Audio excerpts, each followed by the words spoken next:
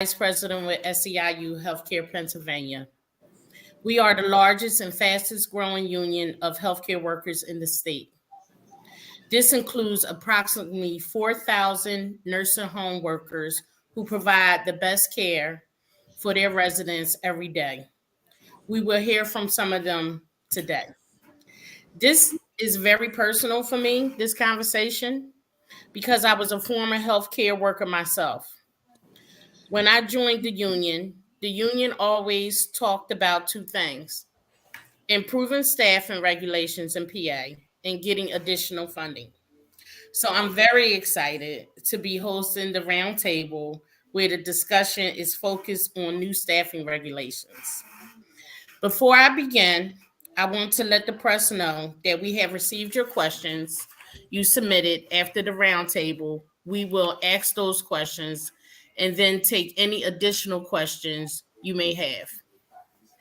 Now, I'd like to ask our nursing home workers to introduce themselves, their positions at the nursing home, and what part of PA they work in. Who wants to go first? Tashia? Sorry about that. Tashia Fraser. I work in a nursing home right outside of Philadelphia. I live in Philadelphia. I'm a CNA, and I've been a CNA for the past 17 years. Thank you, Tashia. What about you, Rachel? Good afternoon. My name is Rachel. I'm an LPN in a nursing home in Allentown, Pennsylvania, and I've been there over 25 years in different departments. Okay, thank you. Donna? Hi, I'm Donna Pronio. I'm a CNA. I work at Ridgeview in Shenandoah Heights. I'm a CNA there for 20 years, over 20.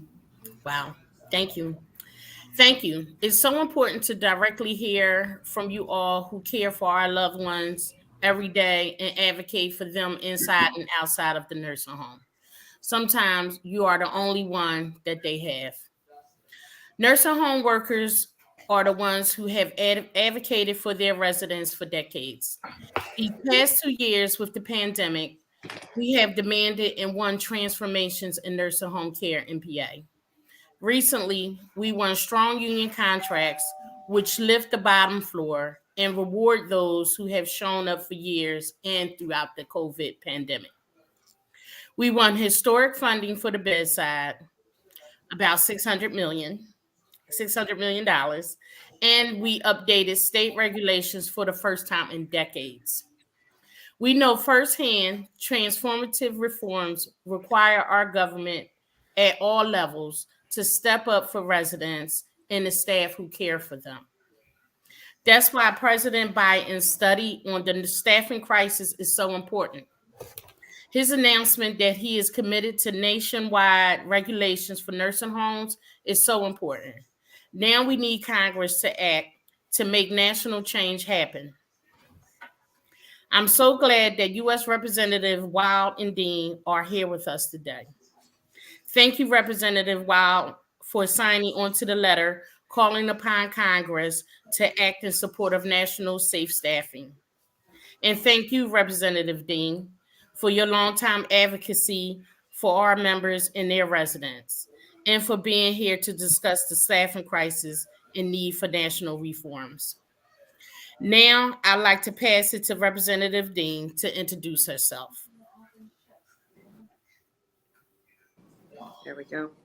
Well, thank you very much, Vice President Simmons. It is my pleasure to be with you, to be with these extraordinary healthcare workers, and of course, my friend Susan Weil. Great to see you. You know what you just said is so important. None of these issues is new. I am very proud of Pennsylvania for finally stepping up. I'm a former state representative, so I'm very proud that at the state level, some really extraordinary changes have come about. And my opening salvo is, in Congress, we must do more. Lucky that we have an administration that recognizes it too. So let me just say a couple of things, and then we'll kick it off to Susan. And then, of course, have this much more important than me talking is to hear from the roundtable. So I am the representative in Congress for Pennsylvania's 4th Congressional District, which is Berks and Montgomery counties. I'm very delighted to be here with SEIU. I've worked alongside SEIU for more than a dozen years, state representative now in Congress. So hello and thank you to your president, Matt Yarnell, who I know can't be with us today, and Vice President Regina Simmons. Thank you so much for your leadership and your extraordinary work. Thanks for everyone at SEIU for hosting this important discussion, especially our panel members today. I'm delighted to join you, Susan. You and I have talked about these issues of proper regulation, safe staffing over the course of the last 4 years as we have served alongside each other. And the stories that we hear are important because these stories drive change. And really, this is all about the care of our loved ones. I met with nurses just last week, Pennsylvania nurses just last week, and heard their experiences and frustrations over staffing shortages. So I'm grateful for the time and generosity that you all have put into today. We cannot overstate how critical your profession is, and yet you are not rewarded in that way. Frustrating to me are the staffing issues. Frustrating to me are the funding issues. Frustrating to me are the salary issues. You keep our seniors, some of our most vulnerable folks, healthy and safe and well cared for. And what happened, of course, over the course of the last 3 years is the pandemic highlighted that for us. You all became extraordinarily important frontline workers. Those of us who had family members in nursing care knew it, but certainly you weren't appreciated enough. I want to tell you just very quickly a story of our own family. My mother-in-law, Joan Canan, was in a very nice, modest nursing home here in Montgomery County, where she was well cared for with extraordinarily dedicated staff and administration. They kept her in good humor and good health as best as possible. And then COVID came along. We had the experience, of course, of being locked out of the nursing home. Importantly, we understood what was going on there, but they kept in touch with us every step of the way as they struggled for staffing, as they struggled to keep their own health safe. Sadly, my mother-in-law died of COVID in that nursing home in the first couple of months of COVID. And I can't tell you how thankful I am to those who worked there with her.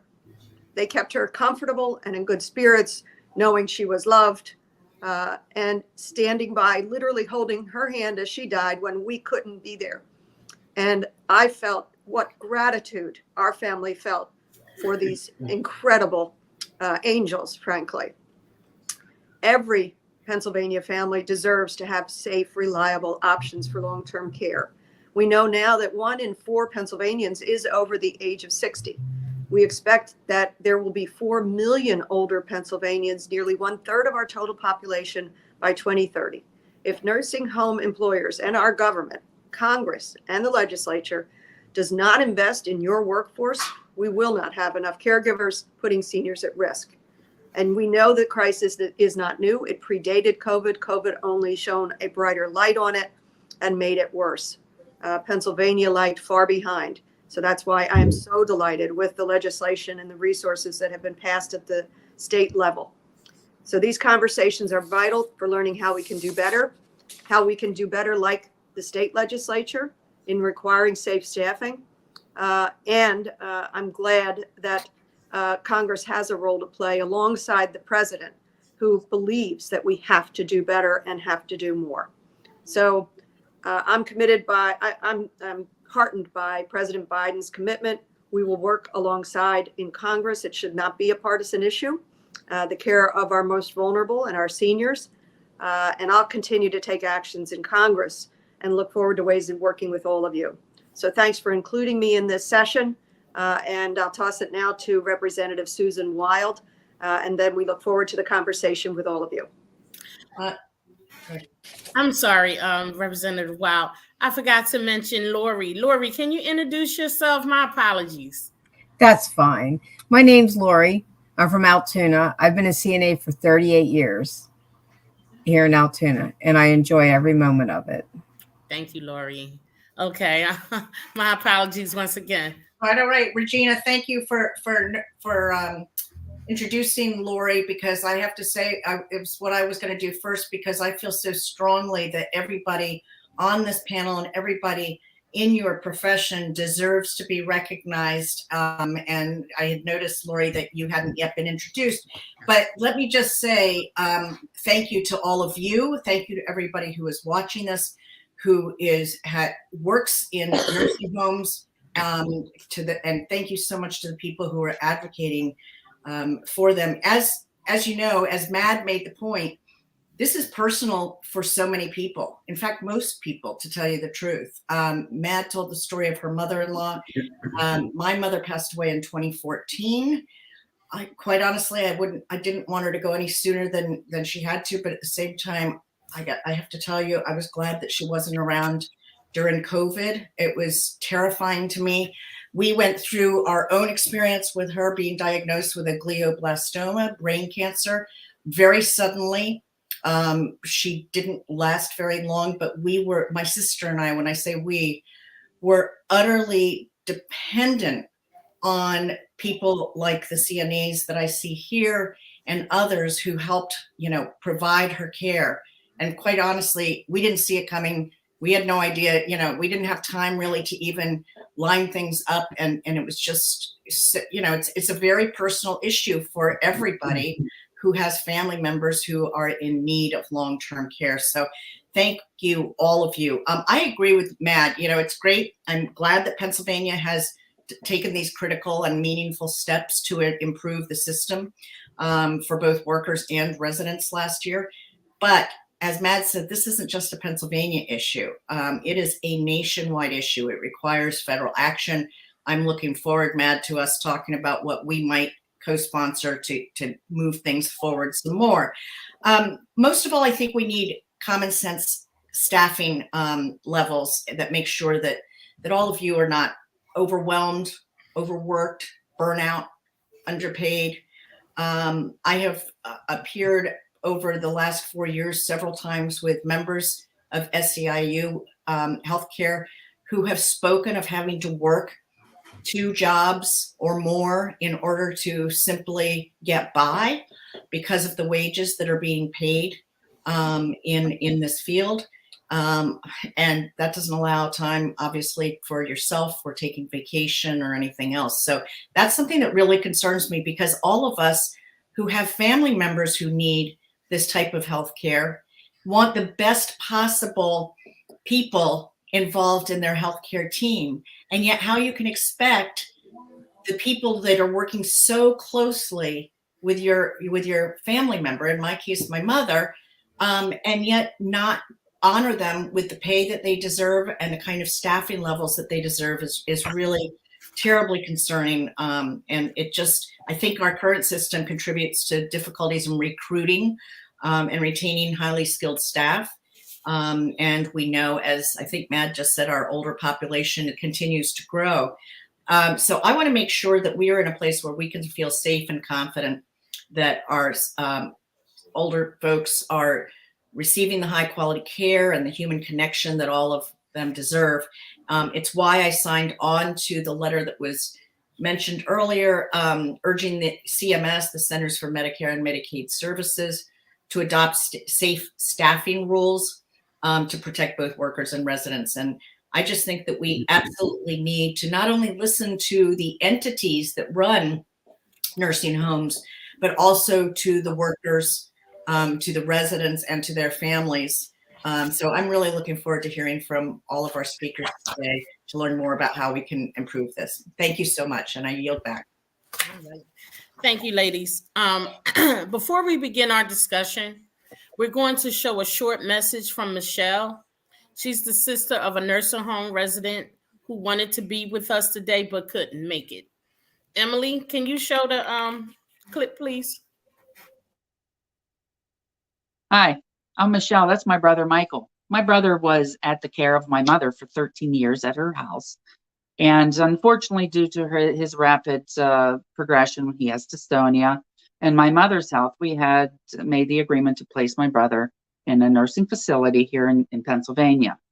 He's been there for approximately 12 years now. And during that time, during those 12 years, That facility has been sold 3 different times. I physically have seen the decline, not in care, because quite frankly, there's a lack of it. They need help, but in the quality of the surplus, the supplies. Quick example, this is my water bottle. I think we've all had one. We've noticed how flimsy and thin they've gotten through the years. The cups, the plastic cups that are administered there at this facility are no exaggeration, so thin, I can't even hold it. Not to mention it's only a 4-ounce serving. There's grown men there. I don't know how in the world they get by being so cheap, but I know because the less money a privately owned company spends, the more money goes in their pocket, right? We need government intervention. We need it. They need it. My brother needs it. We need every hands in to make these people accountable. It's the only way everybody's going to be safe. These residents are in need of it. The staffing members are stretched to their ends. They are exhausted, but they still hang in there only because of the residents. It's not the paycheck. The people that work at my brother's facility where he resides at, that they can make more money being in an agency. They're there for the residents, but they're tired. I fear they're going to leave. And then what about my brother? My brother has extreme dystonia disorder, and he is at the mercy of them. I literally don't know what I would do if they left. I don't know what happened to my brother. I don't know what would happen. Please help.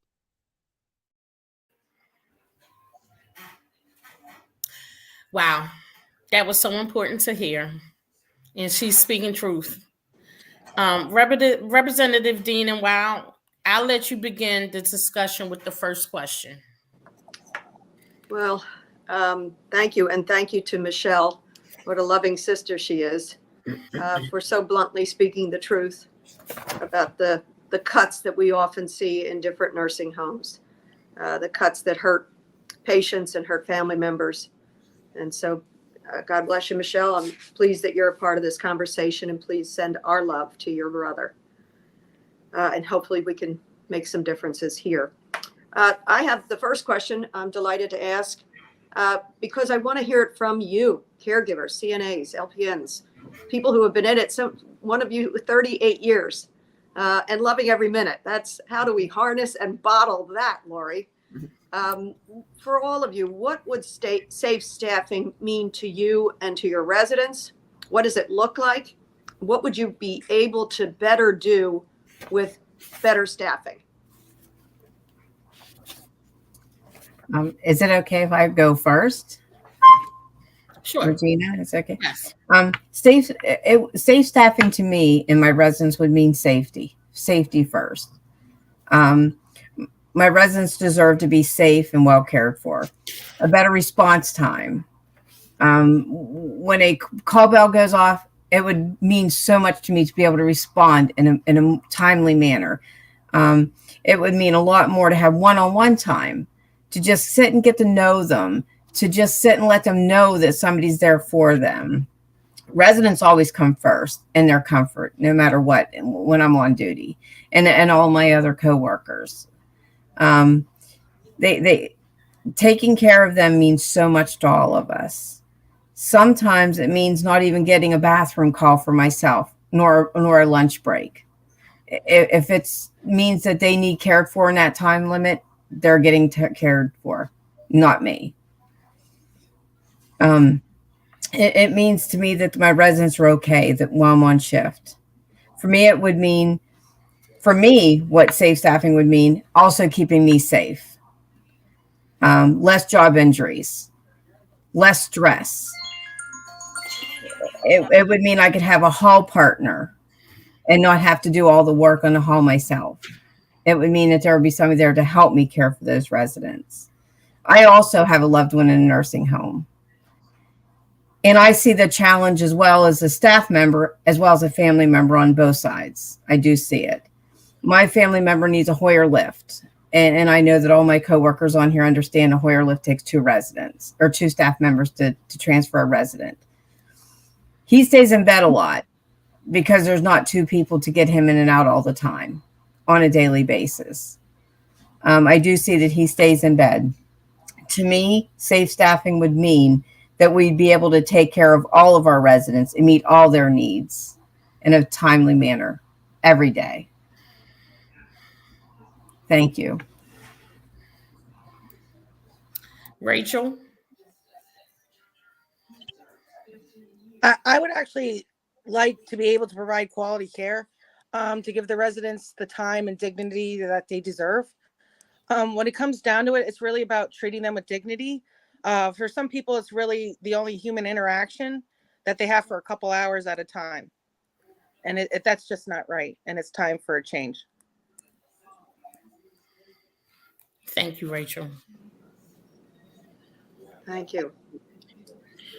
Representative Regina? Brown? Okay, I was just going to ask you if you want me to pick up there. So, those were some great examples. I'd love to hear, from you, Donna, from you, Tashia, about what else you think you could do, what you could do better, or additional things that you would be able to do if you had adequate staffing. Because I think that's real. I think personal stories are so important. Lori mentioned some very specific items, that you really got me, Lori, with the discussion of your, is it your brother, you said, your family member who needs who needs a Hoyer lift, and for those who don't know, that's something to help get the person out of bed. And it does require two people to use it. And it's heartbreaking to think that he doesn't get out of bed as much as he would like to, or should get out, even that the doctors would probably like him to, because of not enough staffing. But I'd really love to hear from you, Donna and Tashia, about other things that you think could be done with better staffing. Along with that, I feel I would love to be able to do my job properly and fully. There are times when we're so short staffed, we feel like you can't give the residents their proper care. You can't give them all the showers that they want all the time. You want to take the time to make sure they're shaved, they look nice, they have their nails trimmed. But sometimes when you're short staffed, you feel like you're like working on an assembly line. It's like you do the bare minimum just to get by, just to be able to move on to the next resident and the next resident. And then I think sometimes even if you don't say we're short staffed, they could feel it. Like they feel like they have to say, can you please take me to the bathroom? But if you don't have time right now, I can wait a little bit. And it breaks your heart, because you really want to give the proper care and you want them to be treated the way they should be treated and taken care of the way they should be. I'm so struck by the level of commitment that all of you show, and that I personally have seen among care workers. I know that Tashia is only on audio. Tashia, do you want to add to what might be able to be done if we had better staffing? The thing about what we need to do to get staff back to the bedside, and I feel like there isn't a simple answer. I mean, one thing caregivers need is a platform where their voices can be heard. We need people to listen. That's why we are so frustrated and angry about being short-staffed. To make matters worse, our residents, patients, and clients and their family members feel the same. Imagine having everything you worked so hard to accomplish in life taken from you once you're placed in a facility and no one hears you. They need to have a voice. And you are probably wondering how resident care has anything to do with the lack of bedside caregivers, because we actually give a damn about our residents, and it hurts to see them treated unfairly. We are tired of economic bullies in the healthcare industry, especially long-term care. And one slogan that many administrators and businessmen alike says is that extra care means extra money for them when it comes to short staffed and ratio. In our world as healthcare workers, extra care means safe staffing, amongst other things that would benefit the residents immediately. The irony is that healthcare corporations will spend millions of dollars on temporary staffing agencies instead of putting it towards the bedside. Please don't get me wrong. We are not angry at agency staff. In fact, if it weren't for them, many nursing homes would not survive. And I said, healthcare workers aren't greedy. We're only asking for a slice of pie until the healthcare industry sees the value in having permanent and devoted caregivers. Our residents will continue to suffer from malnutrition, fatal falls, and bed sores because of low staffing ratios. Eventually, nursing homes will become dinosaurs, things that once were, if we don't do something about it. Our residents are not casualty of war or a pawn in a game. These are people who deserve to be treated better. Last but not least, we need to feel protected from harm, burnout, short staffing, and mental breakdowns. Whether you are a union or non union healthcare worker, we all bleed for our residents, patients, and clients. COVID-19 left a bitter taste in our mouths and caused many to resign from healthcare altogether because we did not feel protected by our employers or the government. One thing everyone needs to understand, and hopefully they know now, that excellent bedside care is not a dime a dozen. Thank you, Tashia. Lori, did you want to weigh in on the adequate staffing question? Yes, I could do that. What would adequate staffing mean to me and my residents? Actually, it would mean time to take our time. We'd be able to literally get to know them, do exactly what they would need in a timely manner. We would be able to enjoy their company. We get to know and learn better things about them. I'd be able to meet their needs and enjoy taking care of them. There's only so many hours in a shift. And unfortunately, when we are challenged in staffing, those hours are down to the minutes per resident. We can barely take 15 minutes with a resident. Now it's in and out. You're in and out. And I would love to be able to take my time with them. Can you give us any sense of the numbers when on a bad day, when the staffing is really low, how many residents might you be trying to get in and out of? 18 and above. 18 and above. Wow. Yeah. Depending on the unit, the amount of residents, yes, anywhere from 18 to just for myself and above. What would be ideal? What number? Oh, I work the night shift, so I'm feeling that like 15 people per resident, if not less, or per staff. I know on the daylight shift, they have all kinds of meals that they have to do. There's bathing and things like that. We do the same thing on night shift, but not as intense as the first and the second shift do. I work day shift, and maybe 10 would be an ideal number. Our facility takes in a lot of bariatric residents, and that in itself is a hard thing to take care of because you need maybe sometimes 2 or 3 people to try to turn one person. So if you only have 2 or 3 people on the whole floor to 54, 55 residents, you are taking that other 2 people away from their people that they have to take care of. And you're asking, for more help with your resident because it takes 3 people to take care of that one person. So one resident might take the 15 minutes, but you're taking 15 minutes from 2 other residents. Yes. Yeah. And I know if I can chime in at my facility, like it's in Montgomery County as well.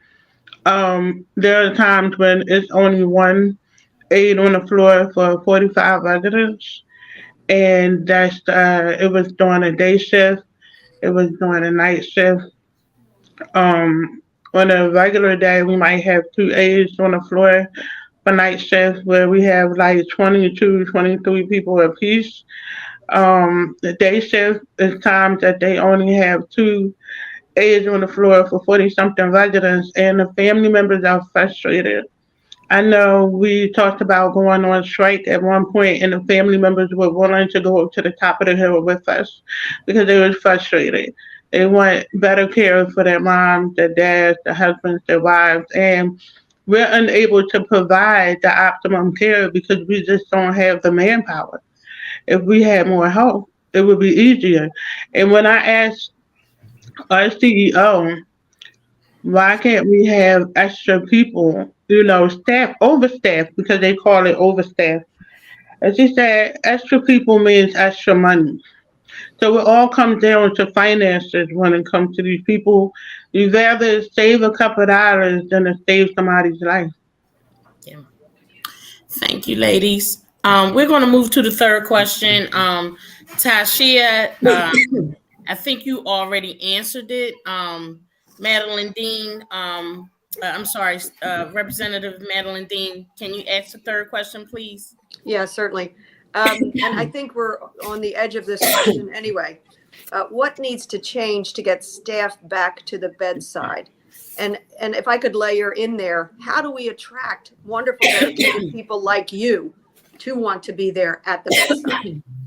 You're talking about all the pressures you are under, whether it's the time crunch, family members watching in and wishing you had more support and more help. What does it take to get more folks like you to the bedside? Donna, can you? Yeah, sure. Well, it's been a hard road, especially from during COVID. A lot of people, like we said before, just got out of healthcare altogether. So we just were ratified our contract in September, and we thought, well, hey, we got a great contract. This is going to really help us get a lot of people hired on. And it's been tough. It's still been tough. People don't want to work in this field. It's hard to, and especially if you're short-staffed and some new, say, a new person comes on and you're training somebody new and you're running around like trying to get done your assignment, and this person's society, you're like thinking, what am I doing here? Like, this is so stressful and overwhelming. Some of them don't even come back. We have a lot of agency in our home, in our nursing home, and we do depend on them, and we're thankful for them. But it's a hindrance too, because to us, I mean, it is about the money. A lot of it is a lot about the money, but to us who have been there for many, many years, it's not all about the money. You work in a place for that many years, you become attached to the residents, and you want to be there for the residents. And the agency workers, they're in it for the money. And if they can make more money at a different nursing home, like they'll come to our nursing home and they'll say, hey, so-and-so raised their rates to $20-something an hour. They'll jump ship and they'll go to another nursing home just for the money. We recently won in our contract the Training and Education Fund, which will train hospitality aides and PCAs to become CNAs. And like I said, when they're coming on board as a brand new person off the street, never doing this job before, and you're trying to make them seem like, hey, this is the job you're going to be doing when you become a CNA. Like, some of them are actually looking like they're scared because it's so stressful and overwhelming. Mm-hmm. The most we can do is just try to hold the people accountable. It's going to be hard in a way, though, because there's not always a lot of staffing. Like, we understand there's not a lot of people that want to do our job, and you're going to be shorthanded, but you want to hold the home accountable. We're going to try to, but at least Pennsylvania has put forth this effort. It really does have to be in the national interest of the federal government to get involved. Exactly right. Thank you. Yep. Tashia, did you want to add something else?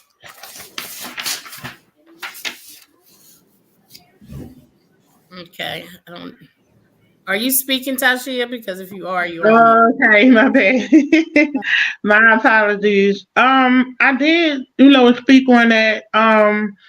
Like I said, I know in another question I was going to add a little bit more of how I feel about, investing into the bedside, but yeah, that's the next question. So just hold it, okay? Yeah. All right. So the next question is Representative Susan Wow. She totally busted Tasha. You think after all this time we'd all know how to unmute, but I managed to do it at least once every every call.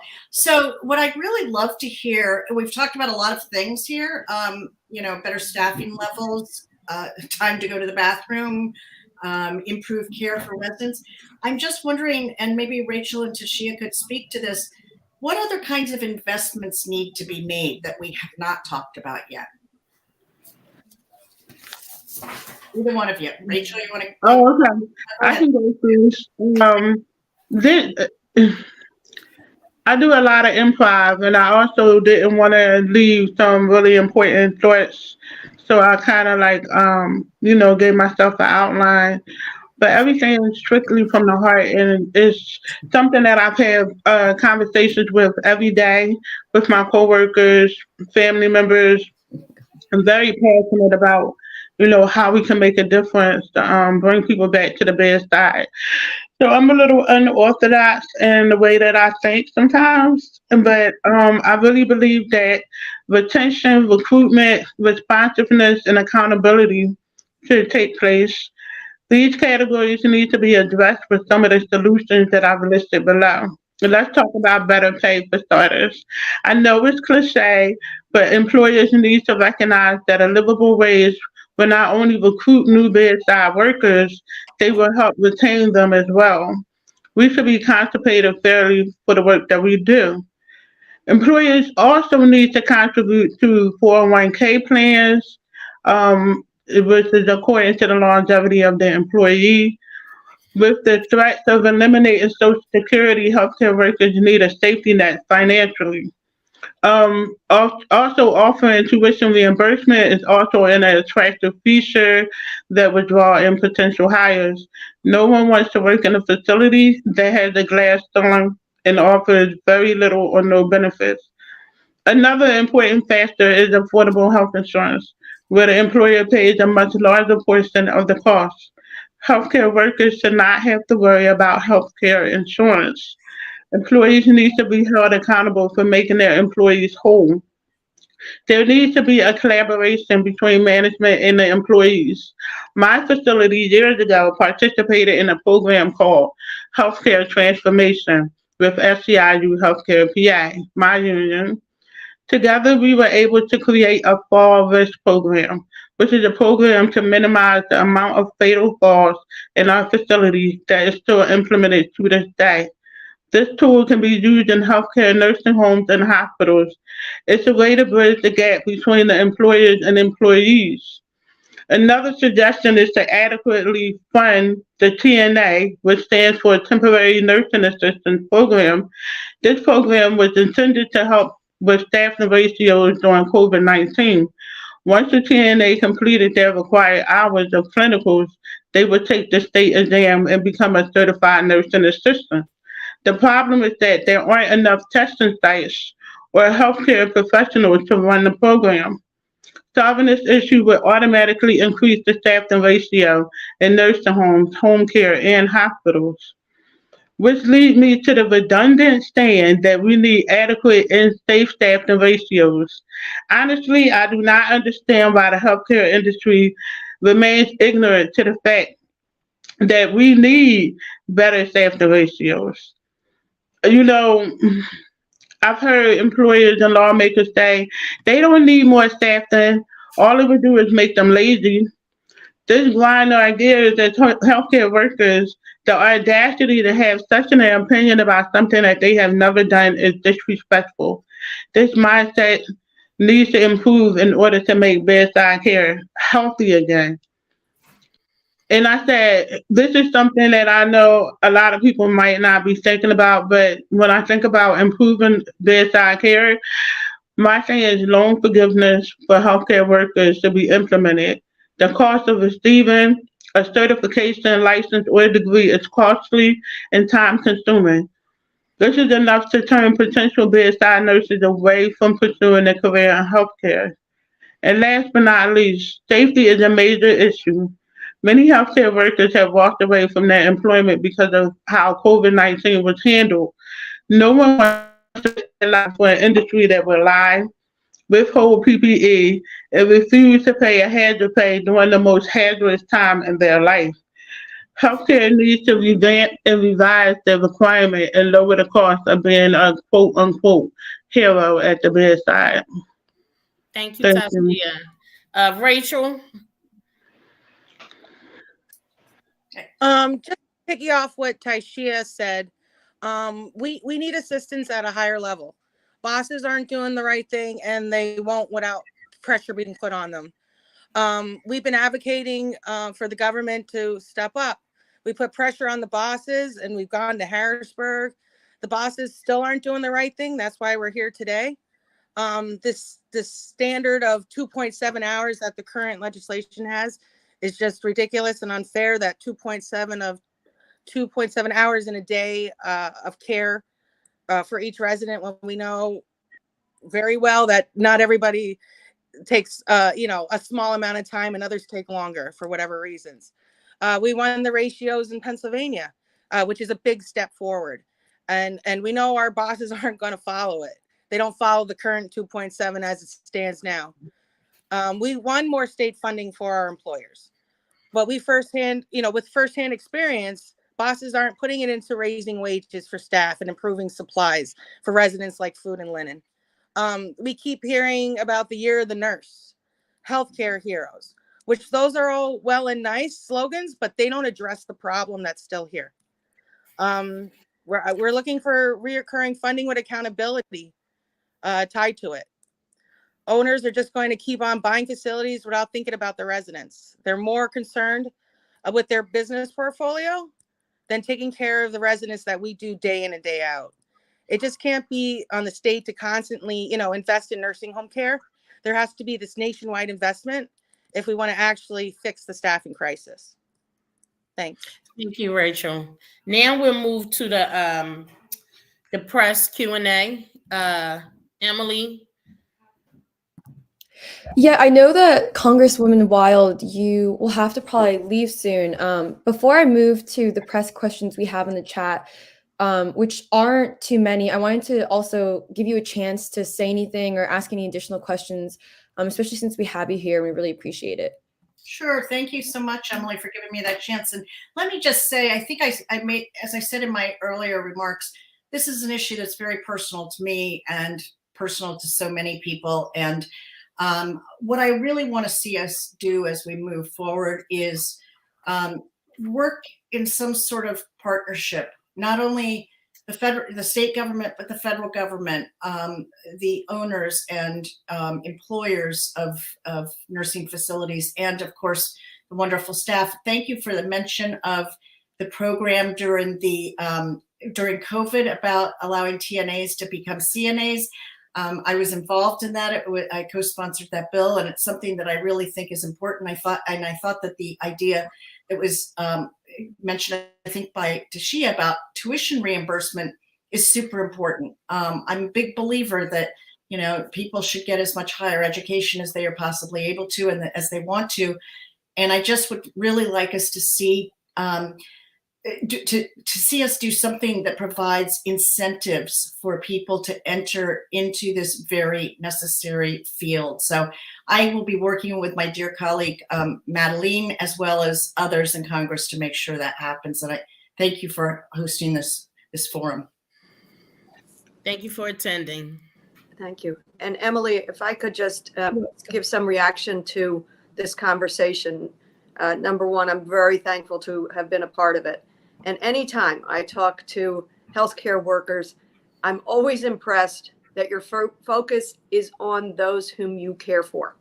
You did not come on here saying, I, me.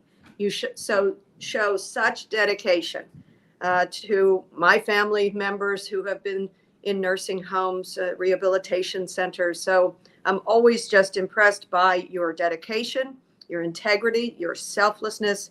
It's about your residents and your patients, and it's not about you.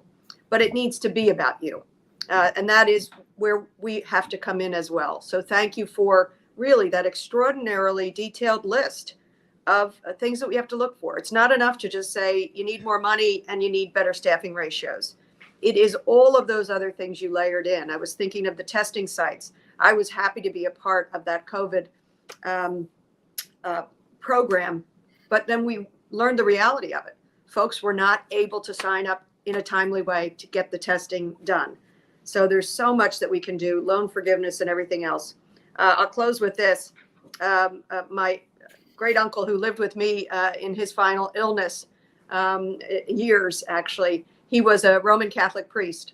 And one of his favorite Bible readings was kindness to a father, and I'll add a mother. Kindness to a father will not be forgotten. It will take lasting root. What you all do every single day, your kindness to our mothers, our fathers, our spouses, our brothers and sisters will not be forgotten. It has taken lasting root, but we have to do better. So I'm committed to doing that. And thanks for allowing me the privilege of listening in on this conversation.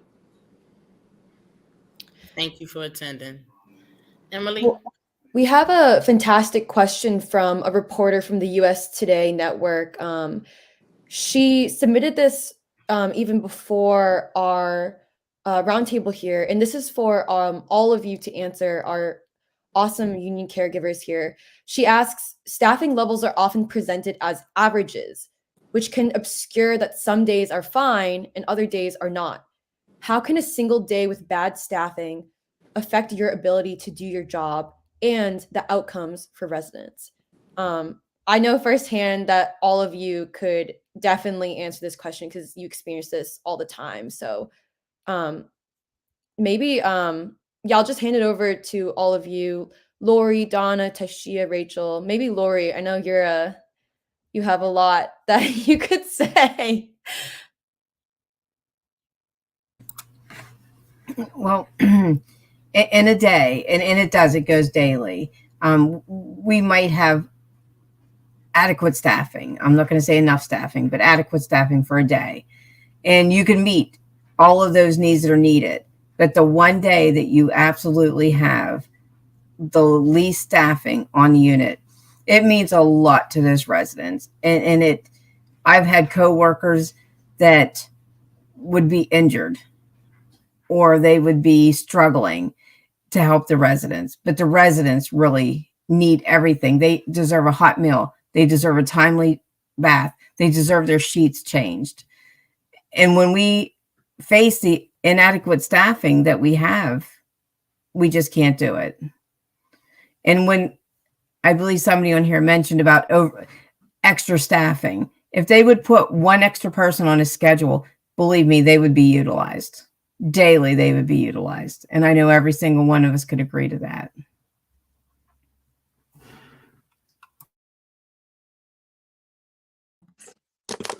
It means so much to them. A lot of them sometimes don't have family. Maybe that's why they're in a nursing facility, that there's no one there to give them that extra TLC or assistance for whatever condition that they have going on. Just sitting there sometimes watching TV or sitting there and painting their nails or listening to them talk about their high school days. That just brightens up their day. It's something that simple that's taking so long and so hard to achieve.